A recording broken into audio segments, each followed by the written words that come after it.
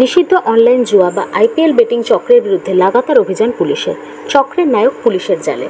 সোমবার রাতে গোপন সূত্রে খবর পেয়ে অভিযান চালিয়ে নবদ্বীপ শহরের ব্যস্ততম পোড়ামাতলা এলাকা থেকে আইপিএল বেটিং চক্রের মাথা এক যুবককে গ্রেপ্তার করে পুলিশ। পুলিশ সূত্রে জানতে পারা যায়, ধৃত যুবকের নাম কার্তিক নাগ। তার বাড়ি পূর্ব বর্ধমান জেলার নাদনঘাট থানার শ্রীরামপুর গ্রামে। মঙ্গলবার ধৃত যুবকের বিরুদ্ধে অনলাইন জুয়া সহ একাধিক মামলা রুজু করে কৃষ্ণনগর আদালতে পাঠায় নবদ্বীপ থানার পুলিশ।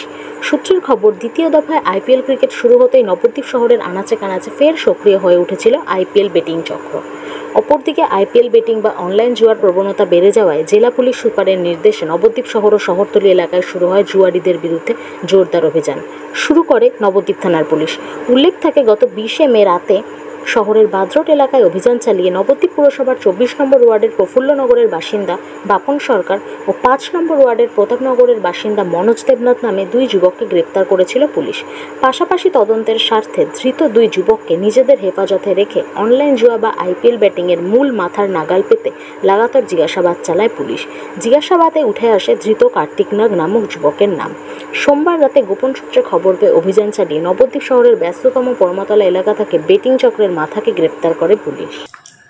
দেখুন, আমি আপনি আগেই বলেছি যে এটা আমার সুপিরিয়র অর্ডার, প্লাস এটা আমাদের একটা নিজস্ব কর্তব্য যে অনলাইন বেটিংয়ে যে আমরা যেসব অভিযোগ পাচ্ছি সেটা একদম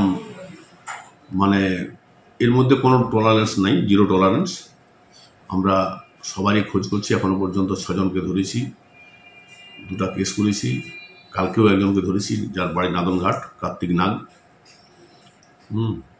তো তারা বিভিন্ন অনলাইনের অ্যাপসের মাধ্যমে তাদের জুয়া চালিয়ে যায়।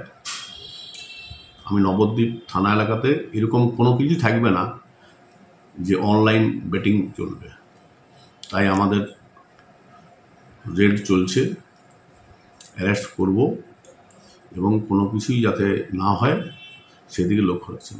তাকে কি কোর্টে পাঠিয়েছি? হ্যাঁ, আজকে কোর্টে পাঠিয়ে দিয়েছি।